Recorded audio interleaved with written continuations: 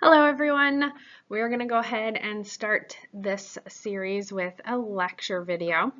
And just like normal, make sure that you are taking notes and that if you need the video paused, go ahead and ask for it to be paused so you can catch up with whatever you need to write down. So let's go ahead and get started. We are going to start with the big idea, and that is that Alexander the Great built a huge empire and helped spread Greek culture into Egypt and Asia. The main ideas for this section are Macedonia conquered Greece in the 300s BC.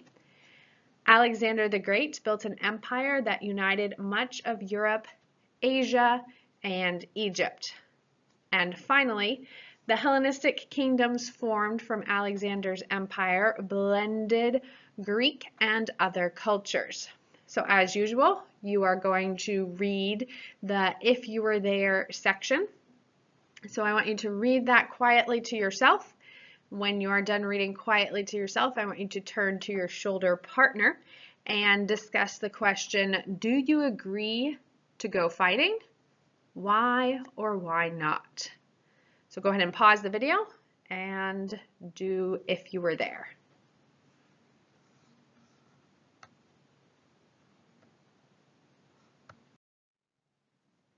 All right, let's go ahead and get started with main idea 1.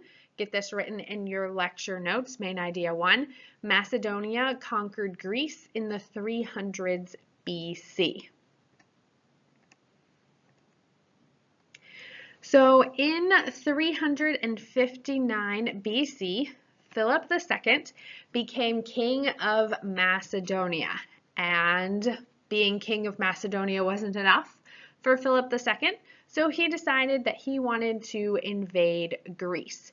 The first city-state that Philip decided to try and invade was Athens, and he quickly was able to conquer them because the Greeks did not unite. Philip beat Athens, and the rest of Greece agreed to make him their leader after seeing Athens' defeat. It was easy for Philip to conquer Greece because they did not unite. It was easy for Philip to conquer Greece because they did not unite. It was easy for Philip to conquer Greece because they did not unite. The thing that Philip was really skilled at was leading the military. He actually got his ideas for the military from the Greeks. The specific idea that he borrowed from the Greeks was something called the phalanx. So his soldiers fought as a phalanx with spears that were longer than the Greeks. So that was how he improved the phalanx, that the Greeks had already created. The other thing that Philip used to improve his army was that he had a cavalry and archers in addition to the phalanx. So the cavalry and the archers would wear down the enemy, and then the phalanx would come through and destroy the enemy. So Philip was only able to conquer Greece. He wanted to start conquering Persia and expand his empire even further, but unfortunately, he was murdered before he could expand the empire more, and his son, yes, that's his son, Alexander the Great, came in and continued his plans. So when Philip died, his throne and his plans to conquer were passed on to his son Alexander. When Philip died, his throne and his plans were passed on to Alexander.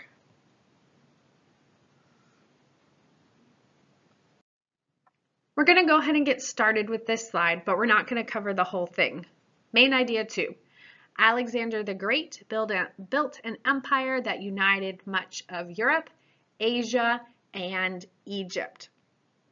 After King Philip died, The city of Thebes decided that they were done with being ruled by Macedonia, and they rebelled. They thought that the Macedonians would not have a strong enough leader, but they were so wrong.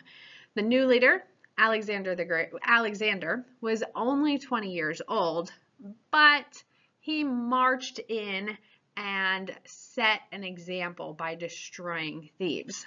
Alexander began his rule by ending a revolt in Thebes, setting an example to the Greeks not to rebel. So once Alexander conquered the city of Thebes, he enslaved the people of Thebes and let the rest of Greece know that rebelling was not an option.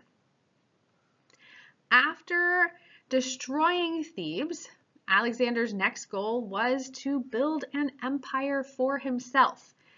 His legacy is that he became one of the greatest conquerors in history, and he is called Alexander the Great. He set out to build an empire and earned the name Alexander the Great. In 334 BC, Alexander set his sights on the Persian Empire.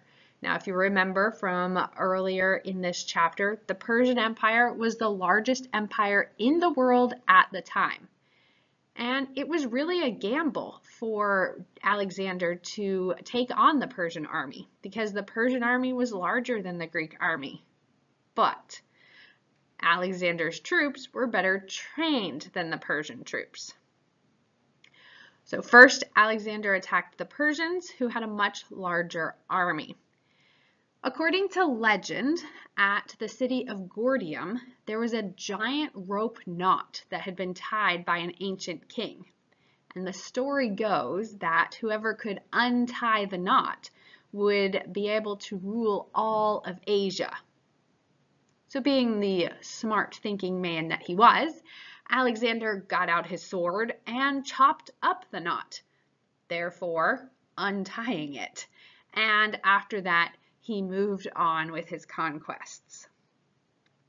We're going to stop here for today, so you can put your lecture notes away and turn the video off. As you know, the slides will continue to play until it goes through the entire PowerPoint, but this is all you need to copy down for today.